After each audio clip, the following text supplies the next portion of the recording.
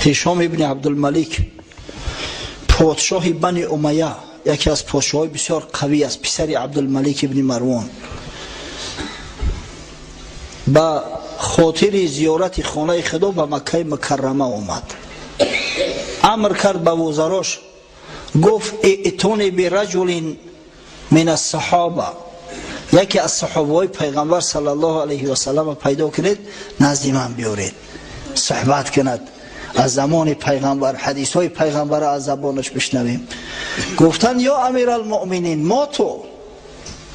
ای امیر المؤمنین گفتن نیستن دیگه، صحابه نمانده است، صحابه همه دنیا را دیگه بدرود گفته و رفتن، به رحمت خدا رسیدن. گفت فمن تابعین، مادام که از صحابه ها نباشد از میان تابعین یک عالمه اختیار کنه. تابعین کسایی را میگن که صحبت شاگردی صحابه ها به اونا میسر شده است. یک نفر از کبار تابعین حضرت طاووس یمانی را پیدا کردن، گفتن امیر المؤمنین هشام ابن عبدالملک ترا به حضورش دعوت کرده است. آمد حضرت، آمد وقتی که نزد پادشاه مدرومد کفشا را کشید. در حضور پادشاه کفش نمی کشیدن، ممکنه به جنایت بد کشیدن کفش. بعضیا پاش ششتگی است، بعضیا ناششته است، در طول روز پاها عرق میکرد، از همین خاطر ممکنه بود که شخص کفش بکشه و بعد پیش پادشاه بدروید. ای حضرت کفشا را کشید. السلام علیکم و رحمت الله و برکاته گفت. امیر المؤمنینش نگفت. در مقابلش اومد ششت به اجازت رو بروش. گفت کیف انت یا هشام؟ ای هشام، گفت چه حال داری؟ احوال پرسیش کرد. دیگه هشام خون در سرش زد.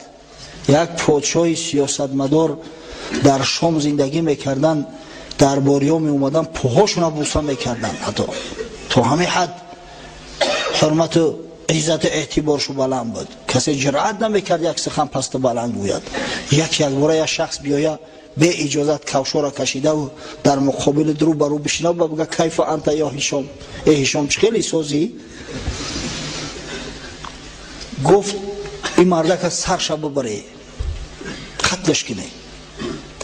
گفتن یا امیر المؤمنین تو در حرم اللهی، در حرم رسول الله صلی الله علیه و سلم، اینجا بطره دمشق نیست، در اینجا شپش کشته نمی شود، در حال احرام حیوانا اینجا را کشته نمی شود. و این مرده که از بزرگای تابعین است، هزارها و صدها هزار مخلص هواخواه داره، تیره کشته نمیتونی در اینجا.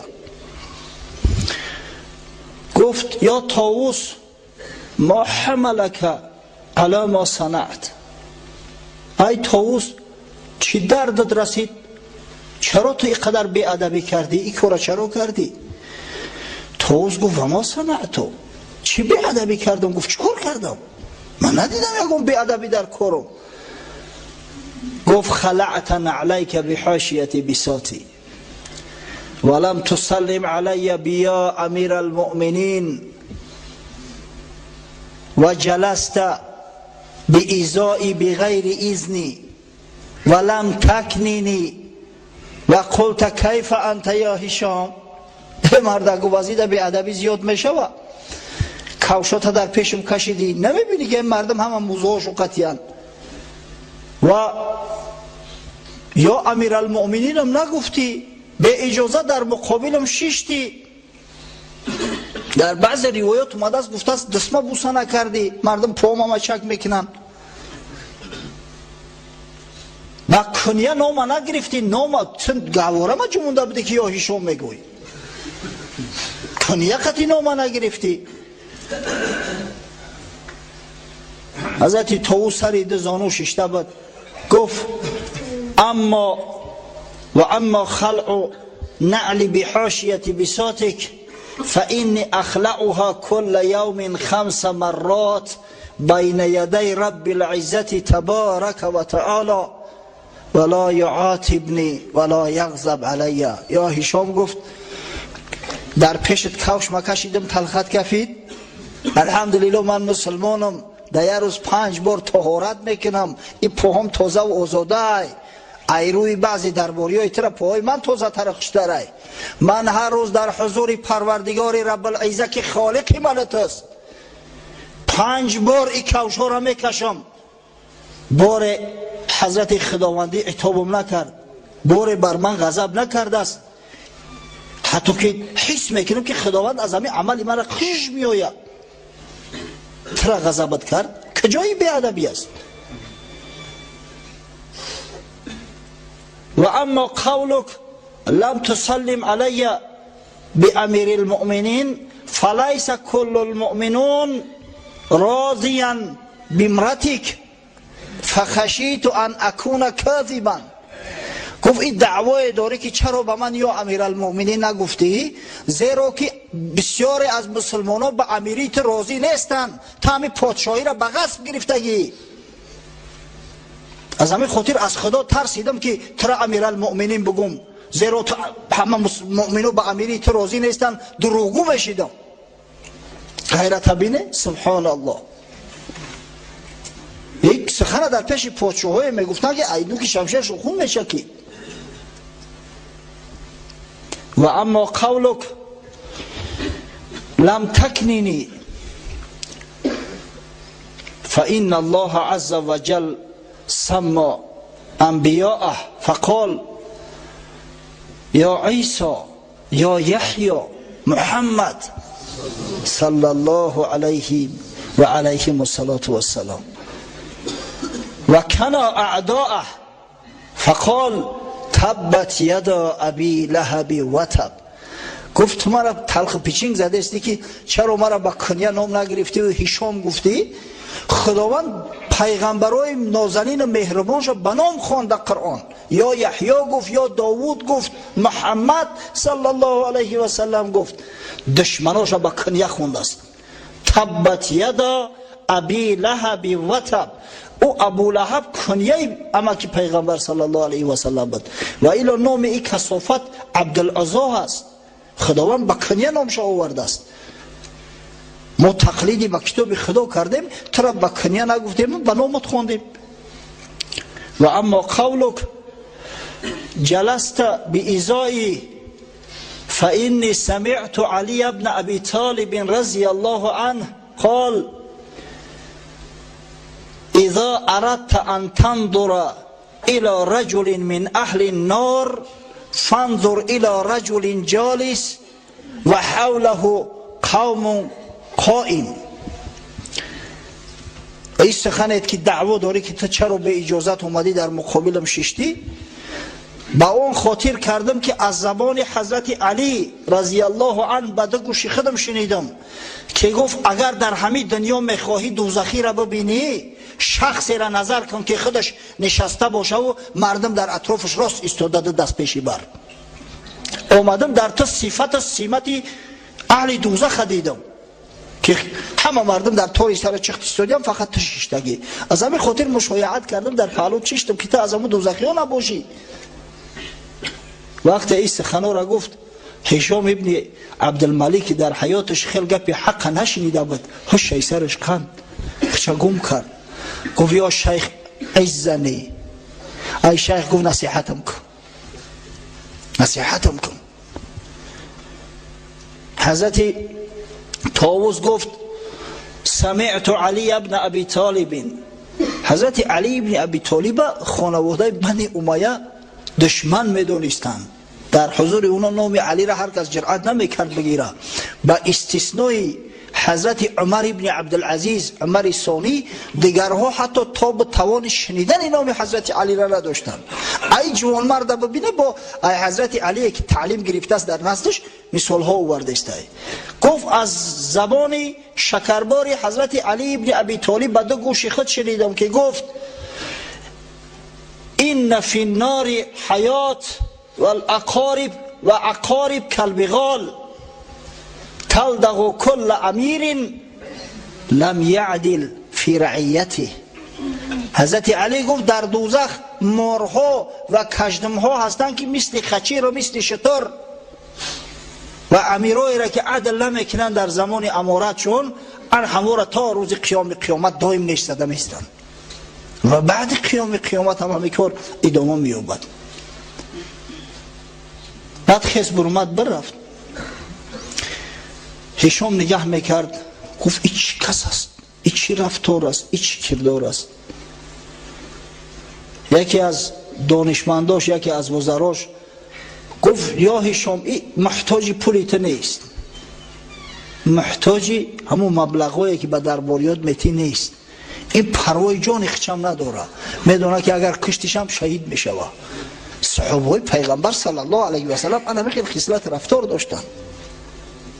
ببینید یک غلام به دست، غلام زنگی، غلام یک یهودی گوسپند میچراند است. وقتی دید که یهودی ها همه سر تا پا مسلح شده ایستادیان و تیار شده استیان، سوال کرد که چی واقعه شده است؟ گفتن که محمد صلی الله علیه و سلم با لشکرش آمد. گفت این محمد کی است؟ گفتن یک شخصی که دعوای پیغمبری کرده است. یهودی ها گفتن در دل همین مرد خداوند یک نوری انداخت. گفت کنی برم تحقیق کنم. همه گوسپندا را پیش کرده آمد به لشکر مسلمانا. ها دلی صاف که دارد پروا ندارد. آدم دلش صاف باشه همه را مثل خود حساب میکنه. ها دلی سیقل دار آمد.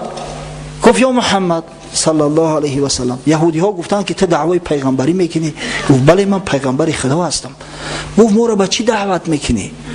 گفت به این که خدا را پرستش کنی، در عبادت خدا کسی و چیزی را شریک نگردونه، به پیغمبری من ایمان بیارید. گفت اگر من همین کار کنم به من چی میرسد؟ گفت در این صورت خداوند تعالی در جنت المأوا مستقر میگردونه.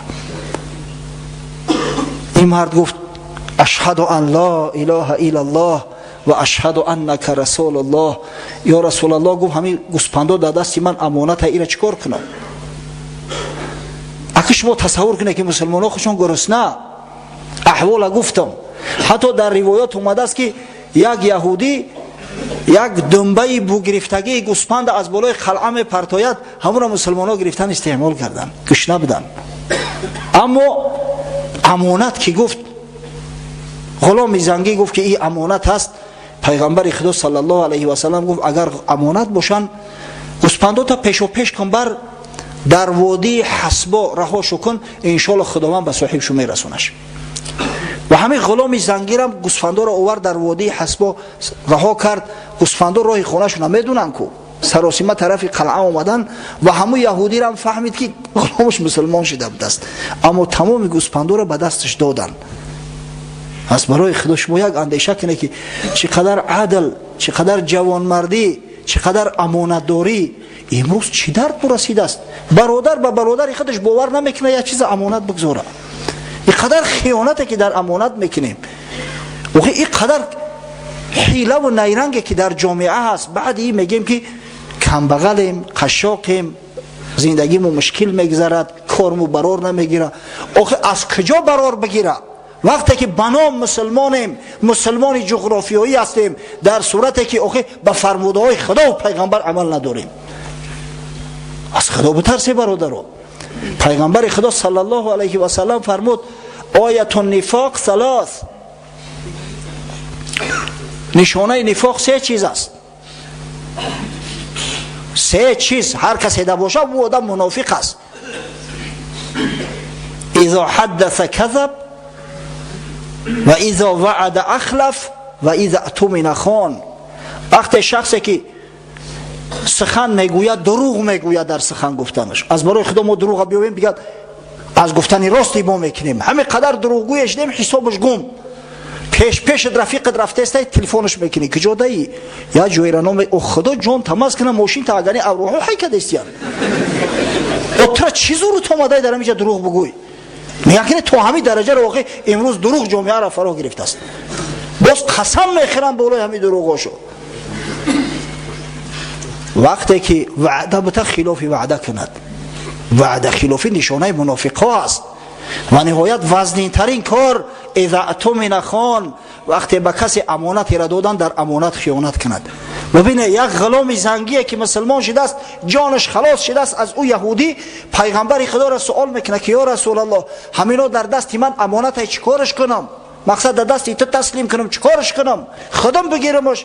حضرت صلی الله علیه و سلم امانت داریش ببینه محمد امینه گفت بر در وادی حسبا رهاش کن. اگر چند مسلمان‌ها احتیاج داشتن، اگر همون را در جنگ میگرفتن، او غنیمت جنگی بود برای مسلمان‌ها را از شیر مادرشو حلال بود. اما وقتی که امانت است، او غلام به اختیار خود پیش کرده گرفته است آورده استش. ببینه که مسلمان‌ها تا کدام درجه در امانت وفادار بدند و خیانت نمیکردند. امروز هم اگر ما و شما در امانت خیانت نکنیم، اگر دروغ نگیم، حق برادر مسلمان را رعایت کنیم، برای مسلمان چیزی را که برای خود روا نمیبینیم روا نبینیم، انشالله پروردگار همون سطوت و بزرگی را باز از سری نو برای مسلمان ها عطا میکند. اما هیهات غرض از همین قصه را آوردن اون است که ما و شما عبرت بگیریم بر رفتار و کردار رسول خدا صلی الله علیه و سلم، ما و شما نیز تقلیدی داشته باشیم.